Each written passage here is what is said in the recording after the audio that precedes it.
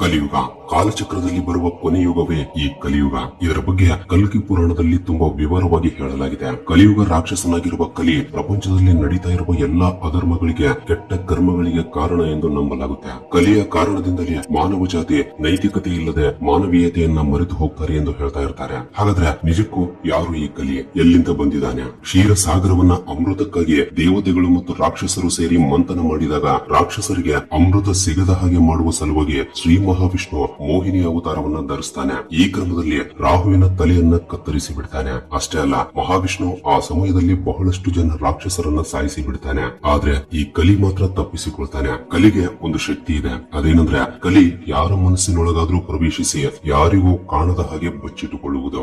ಈ ರೀತಿ ಆ ದಿನ ಮಹಾವಿಷ್ಣುವಿನ ಕೈಯಿಂದ ಹತನಾಗದೆ ತಪ್ಪಿಸಿಕೊಳ್ತಾನೆ ಈ ಕಲಿ. ಅಷ್ಟೇ ಅಲ್ಲ, ಬ್ರಹ್ಮದೇವರಿಗೆ ಮತ್ತು ಕಲಿಗೂ ಕೂಡ ಸಂಬಂಧವಿದೆ. ಕಲಿಯ ತಂದೆ ತಾಯಿಯರು ಕ್ರೋಧ ಮತ್ತು ಹಿಂಸಾ ಮತ್ತು ಡಂಬ ಮತ್ತು ಮಾಯರಿಗೆ ಮೊಮ್ಮಗ. ಅದೇ ರೀತಿ ಅಧರ್ಮ ಮತ್ತು ಮಿಥ್ಯರಿಗೆ ಮರಿ ಮೊಮ್ಮಗ. ಸೊ ಈ ಅಧರ್ಮ ಸಾಕ್ಷಾತ್ ಬ್ರಹ್ಮದೇವರ ಮಗ. ಸೊ ಈ ರೀತಿ ಕಲಿ ಸಾಕ್ಷಾತ್ ಬ್ರಹ್ಮದೇವರಿಗೆ ಮರಿ ಮೊಮ್ಮಗನಾಗ್ತಾನೆ. ಕಲಿಯ ಹೆಂಡತಿ ದರಿದ್ರ ದೇವತೆ. ಈಕೆ ವಿಷ್ಣುಮೂರ್ತಿಯ ಹೆಂಡತಿಯಾಗಿರುವ ಲಕ್ಷ್ಮೀ ದೇವಿಯ ಸೋದರಿ. ಕಲಿಯುಗದಲ್ಲಿ ವಿಷ್ಣು ಕಲ್ಕಿ ಅವತಾರದಲ್ಲಿ ಜನಿಸಿ ಕಲಿಯನ್ನ ಸಾಯಿಸಿ ಧರ್ಮವನ್ನು ಸ್ಥಾಪಿಸ್ತಾನೆ ಎಂದು ಹೇಳಲಾಗುತ್ತೆ. ಇದರಿಂದ ಕಲಿ ಮೊದಲಿನಿಂದಲೂ ಇದ್ದಾನೆ ಎಂದು, ಆತ ತನ್ನ ಸಮಯಕ್ಕಾಗಿ ಕಾದಿದ್ದಾನೆ ಎಂದು ಅರ್ಥವಾಗುತ್ತೆ. ಸೊ ಕಲಿಯುಗ ಪ್ರಾರಂಭದಲ್ಲಿ ಖಗೋಳ ವಿಚಿತ್ರವೊಂದು ನಡೆದಿದೆ. ಸೂರ್ಯ ಚಂದ್ರರ ಜೊತೆಗೆ ಬುಧ, ಶುಕ್ರ, ಮಂಗಳ, ಗುರು, ಭೂಮಿ, ಶನಿ ಗ್ರಹಗಳು ಒಂದೇ ಸರಳ ರೇಖೆಯಲ್ಲಿ ಬರುತ್ತವೆ. ಇದರಿಂದ ಪ್ರಾಚೀನ ಭಾರತ ದೇಶದಲ್ಲಿರುವ ಆರ್ಯಭಟ ಆತನಿಗಿರುವ ಖಗೋಳ ಜ್ಞಾನದಿಂದ ಲೆಕ್ಕ ಹಾಕಿ ಕಲಿಯುಗ ಸರಿಸುಮಾರು ಕ್ರಿಸ್ತಪೂರ್ವ 3102ರಲ್ಲಿ ಪ್ರಾರಂಭವಾಗಿರುವ ಹಾಗೆ ಹೇಳಿದ್ದಾರೆ. ಕಲಿಯುಗ ಪ್ರಾರಂಭಕ್ಕೂ ಮುಂಚೆ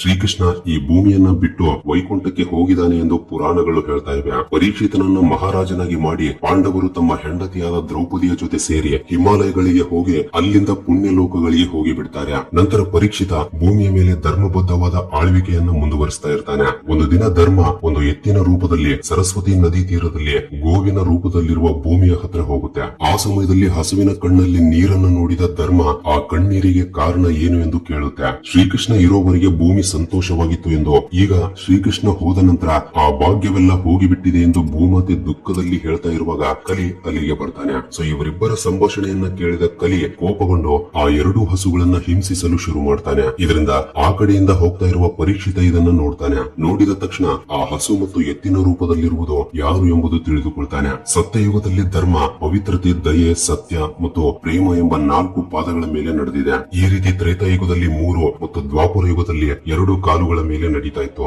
ಸೊ ಕಲಿಯುಗದಲ್ಲಿರುವ ಆ 2 ಕಾಲುಗಳನ್ನು ಕೂಡ ಅಸತ್ಯ ಎಂಬ ಆಯುಧದಿಂದ ತೊಲಗಿಸಬೇಕು ಎಂದು ಕಲಿ ಪ್ರಯತ್ನ ಮಾಡ್ತಾನೆ. ಶ್ರೀಕೃಷ್ಣನ ಮರಣದ ನಂತರ ಭೂಮಿಯನ್ನ ತನ್ನ ಅಧೀನಕ್ಕೆ ಪಡೆದ ಕಲಿ ಇಲ್ಲಿ ಧರ್ಮವನ್ನ ನಾಶ ಮಾಡೋಕೆ ಪ್ರಯತ್ನಗಳನ್ನ ಮಾಡ್ತಾ ಇರ್ತಾನೆ. ಸೊ ಕಲಿಯ ಈ ಕ್ರೂರತ್ವವನ್ನು ಸಹಿಸದ ಪರೀಕ್ಷಿತ ಕಲಿಯ ಮೇಲೆ ಕತ್ತಿಯನ್ನ ಎತ್ತಿ ಸಾಯಿಸೋಕೆ ಮುಂದಾಗ್ತಾನೆ. ಇದರಿಂದ ಭಯಪಟ್ಟ ಕಲಿ ಆ ಯುದ್ಧದಲ್ಲಿ ಪರೀಕ್ಷಿತನ ಶರಣು ಕೂರ್ತಾನೆ. ಇದರಿಂದ ಪರೀಕ್ಷಿತ ಕಲಿಯನ್ನ ತನ್ನ ರಾಜ್ಯದಿಂದ ಹೋಗಿಬಿಡು ಎಂದು, ಯಾವತ್ತೂ ಮತ್ತೆ ಹಿಂತಿರುಗಿ ಬರಬೇಡ ಎಂದು ಆಜ್ಞಾಪಿಸ್ತಾನೆ. ಇದಕ್ಕೆ ಕಲಿ ಆತ ಇರೋಕೆ ಜಾಗ ಬೇಕು ಎಂದು ಬೇಡಿಕೊಳ್ತಾನೆ. ಇದರಿಂದ ಯೋಚನೆ ಮಾಡಿದ ಪರೀಕ್ಷಿತ ಅಸತ್ಯ, ಅಧರ್ಮ, ಮದ್ಯಪಾನ, ಸ್ತ್ರೀಯರ ಮೇಲೆ ಆಸೆ ಯಾವ ಜಾಗದಲ್ಲಿ ಇರ್ತಾವೋ ಅಲ್ಲಿ ನೀನು ಹೋಗಿ ಜೀವಿಸು ಎಂದು ವರವನ್ನ ಕೊಡ್ತಾನೆ. ಆದ್ರೆ ಆ ಜಾಗ ಸರಿ ಹೋಗಲ್ಲ, ನನಗೆ ಇನ್ನೊಂದು ಜಾಗವನ್ನು ಕೂಡ ತೋರಿಸಿ ಎಂದು ಕೋರಿಕೊಂಡ ಕಲಿಗೆ ಪರೀಕ್ಷಿತ ಬಂಗಾರವನ್ನು ತೋರಿಸ್ತಾನೆ. ಇನ್ನು ಮುಂದೆ ಆ 4 ಜಾಗಗಳ ಜೊತೆಗೆ ಬಂಗಾರದಲ್ಲೂ ಕೂಡ ವಾಸಿಸಬಹುದು ಎಂದು ಹೇಳ್ತಾನೆ. ಇದರಿಂದ ಮರುಕ್ಷಣವೇ ಅಲ್ಲಿಂದ ಮಾಯವಾಗಿರುವ ಕಲಿ ಅದೃಶ್ಯ ರೂಪದಲ್ಲಿ ಬಂದು ಪರೀಕ್ಷಿತನ ತಲೆಯ ಮೇಲಿರುವ ಬಂಗಾರದ ಕಿರೀಟದಲ್ಲಿ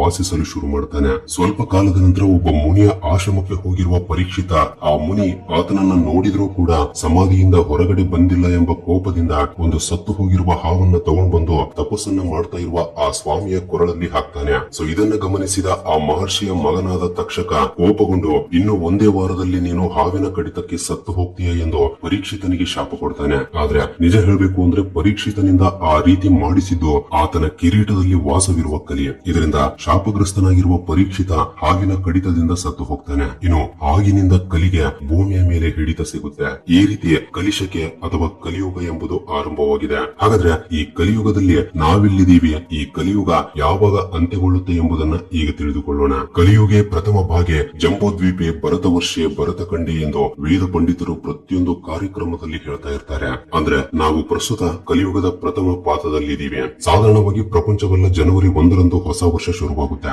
ಆದ್ರೆ ನಮ್ಮ ಹಿಂದೂಗಳಿಗೆ ಮಾತ್ರ ಯುಗಾದಿಯ ದಿನದಂದು ಶುರುವಾಗುತ್ತೆ. ನಮ್ಮ ಹಿಂದೂ ಕ್ಯಾಲೆಂಡರ್ಗೆ ಖಗೋಳ ಶಾಸ್ತ್ರವೇ ಆಧಾರ.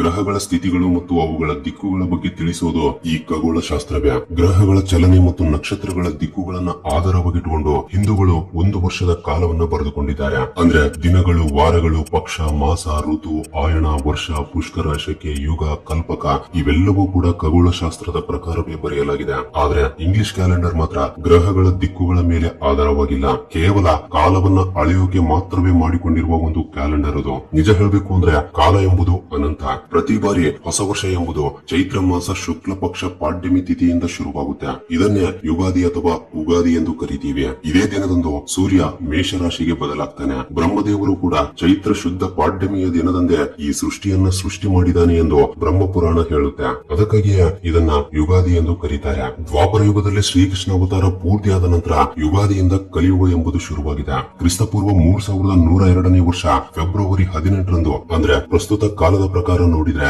5126 ವರ್ಷಗಳ ಹಿಂದೆ ಕಲಿಯುಗ ಪ್ರಾರಂಭವಾಗಿರುವ ಹಾಗೆ ಪಂಡಿತರು ಹೇಳ್ತಾರೆ. ಪುರಾಣಗಳ ಪ್ರಕಾರ ಕೃತಯುಗ, ತ್ರೇತಾಯುಗ, ದ್ವಾಪರ ಯುಗ ಮತ್ತು ಕಲಿಯುಗಗಳು ಒಂದಾದ್ರೇನೆ ಒಂದು ಮಹಾಯುಗ ಎಂಬುದು ಏರ್ಪಡುತ್ತೆ. ಕೃತಯುಗದಲ್ಲಿ 17,28,000, ತ್ರೇತಾಯುಗದಲ್ಲಿ 12,96,000, ದ್ವಾಪರ ಯುಗದಲ್ಲಿ 8,64,000 ಮತ್ತು ಕಲಿಯುಗದಲ್ಲಿ 4,32,000 ವರ್ಷಗಳಿರುತ್ತವೆ. ಸೊ ಇವೆಲ್ಲವನ್ನ ಸೇರಿಸಿ ಅಂದ್ರೆ 43,20,000 ವರ್ಷಗಳನ್ನ ಒಂದು ಮಹಾಯುಗ ಎಂದು ಕರೀತಾರೆ. ಕಲಿಯುಗದಲ್ಲಿ 4,32,000 ವರ್ಷಗಳಲ್ಲಿ ಪ್ರಸ್ತುತ ನಾವು 5,126ನೇ ವರ್ಷದಲ್ಲಿದ್ದೀವಿ. ಇದನ್ನ ಪ್ರಥಮ ಪಾದವೆಂದು ಹೇಳಲಾಗುತ್ತೆ. ಬಟ್ ನಿಜ ಹೇಳಬೇಕು ಅಂದ್ರೆ ಕಲಿಯುಗ ಮುಗಿದ ನಂತರ ಸೃಷ್ಟಿ ಅಂತ್ಯಗೊಳ್ಳುತ್ತೆ ಎಂದು ಕೂಡ ಹೇಳೋಕಾಗಲ್ಲ. ಯಾಕಂದ್ರೆ 71 ಮಹಾಯುಗಗಳು ಒಂದಾದ್ರೇನೆ ಒಂದು ಮನ್ವಂತರ ಪೂರ್ತಿಯಾಗುತ್ತೆ.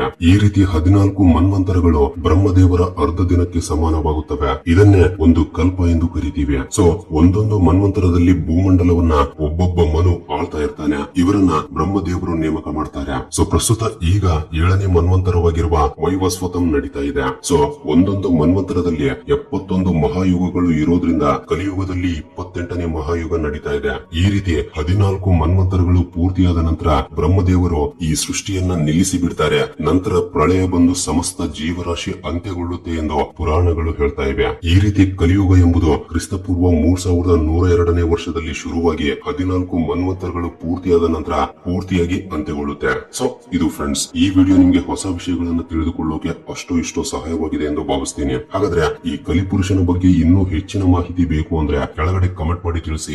ಈ ಕಲಿಪುರುಷ ಹೇಗೆ ಜನಿಸಿದ ಮತ್ತು ಜನಿಸೋಕೆ ಕಾರಣವೇನು, ಕಲಿಪುರುಷನಿಂದ ಏನೇನಾಗುತ್ತೆ ಎಂಬುದನ್ನ ನೆಕ್ಸ್ಟ್ ವಿಡಿಯೋದಲ್ಲಿ ತಿಳಿದುಕೊಳ್ಳೋಣ. ಹಾಗೆ ವಿಡಿಯೋ ಇಷ್ಟವಾಗಿದ್ರೆ ವಿಡಿಯೋಗೂ ಕೂಡ ಒಂದು ಲೈಕ್ ಕೊಟ್ಟು ನಿಮ್ಮ ಫ್ರೆಂಡ್ಸ್ ಅಂಡ್ ಫ್ಯಾಮಿಲಿ ಜೊತೆ ಶೇರ್ ಮಾಡಿ. ಅಂಡ್ ಫಸ್ಟ್ ಟೈಮ್ ಯಾರಾದ್ರೂ ನಮ್ಮ ಚಾನಲ್ ಅನ್ನು ಈಗ ನೋಡ್ತಾ ಇದ್ರೆ ತಪ್ಪದೆ ಸಬ್ಸ್ಕ್ರೈಬ್ ಮಾಡ್ಕೊಂಡು ಪಕ್ಕದಲ್ಲಿರುವ ಬೆಲ್ ಐಕನ್ ಅನ್ನ ಆಕ್ಟಿವೇಟ್ ಮಾಡ್ಕೊಳ್ಳಿ. ಅಂಡ್ ವಿಡಿಯೋವನ್ನು ಕೊನೆವರೆಗೂ ನೋಡಿದ್ದಕ್ಕೆ love you so much guys.